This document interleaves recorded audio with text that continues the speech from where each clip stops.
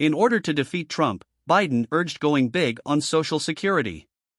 It's a tale that Joe Biden enjoys sharing, as the president was accusing Republicans of trying to cut entitlement programs like Social Security halfway through his State of the Union address. The House chamber's loud objections abruptly changed the course of the speech into a negotiation.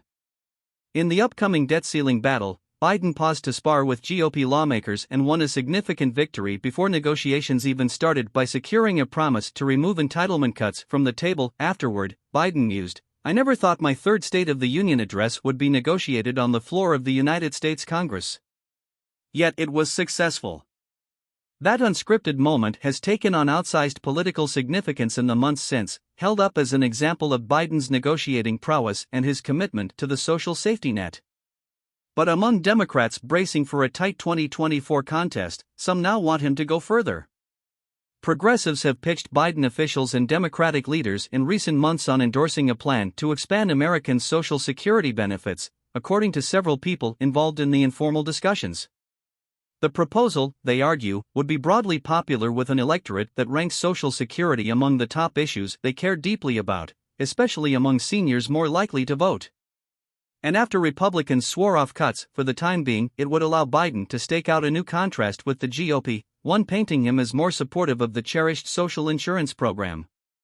The only weakness that Democrats have on their Social Security policies is not enough people know that it's them, said Alex Lawson, executive director of Social Security Works, one of the groups advocating for the idea.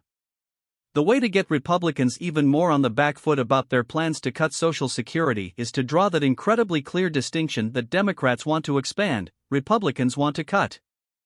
Biden embraced Social Security expansion during the 2020 Democratic primary, proposing to boost benefits for the lowest-income retirees and shore up Social Security's main trust fund by raising taxes on those making $400,000 or more a year. But faced with slim congressional majorities once he took office, Biden largely dropped the idea. 3 years later, progressive groups want him to revisit it, in part because the candidate he's likely to face, Donald Trump, has publicly insisted he doesn't want to cut entitlement programs, even though he previously backed such policies. Polling presented this fall to top White House officials and other leading Democrats by the Progressive Change Campaign Committee and Data for Progress found just 41% trusted Biden more to safeguard Social Security benefits, compared with 36% for Trump. More than 4 in 10 were also skeptical that Republican candidates who had called for cutting benefits or raising the retirement age would follow through on it if elected. Biden officials have expressed openness to the case for benefit expansions, Lawson and others who talked with them said, though the campaign is still early in the process of building out a 2024 policy platform and remains non-committal on the idea. Donald Trump, Nikki Haley, Ron DeSantis and the rest of the MAGA Republicans have repeatedly campaigned on gutting Social Security and Medicare and have the records to back it up, campaign spokesperson Amar Moussa said in a statement. Joe Biden will not let that happen, and will make certain the millions of Americans who have paid for Social Security their entire lives know that when they head to vote next November. Most read. AP 2331159833567.1.jpg.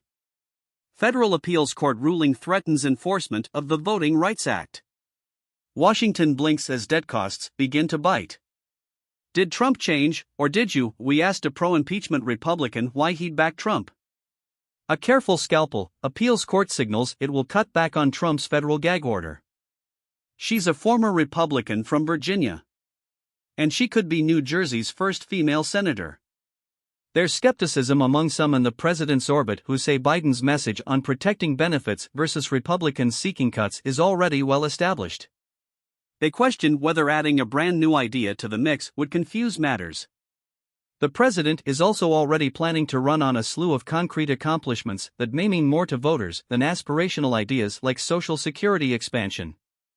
And as Democrats are wont to do, some have gotten caught up in the underlying policy specifics. They warned the party would need to settle debates over which retirees would benefit, and ultimately how the entire thing would be paid for. In addition to Biden's 2020 proposal, several lawmakers, including Senators Elizabeth Warren, Democrat Massachusetts, and Bernie Sanders, Independent Vermont, and Representative John Larson, Democrat Connecticut, had long-standing expansion plans of their own.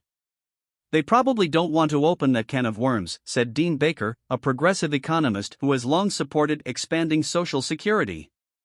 The progressive groups pushing for Social Security expansion aren't lobbying for a specific proposal. But they do have an answer for how to pay for the benefits: taxing the wealthy. It just really puts all of the pieces in place, and you can't money it up, said Lawson. Tax the wealthy more in order to increase Social Security benefits. Electorally, this is a Democratic wedge issue.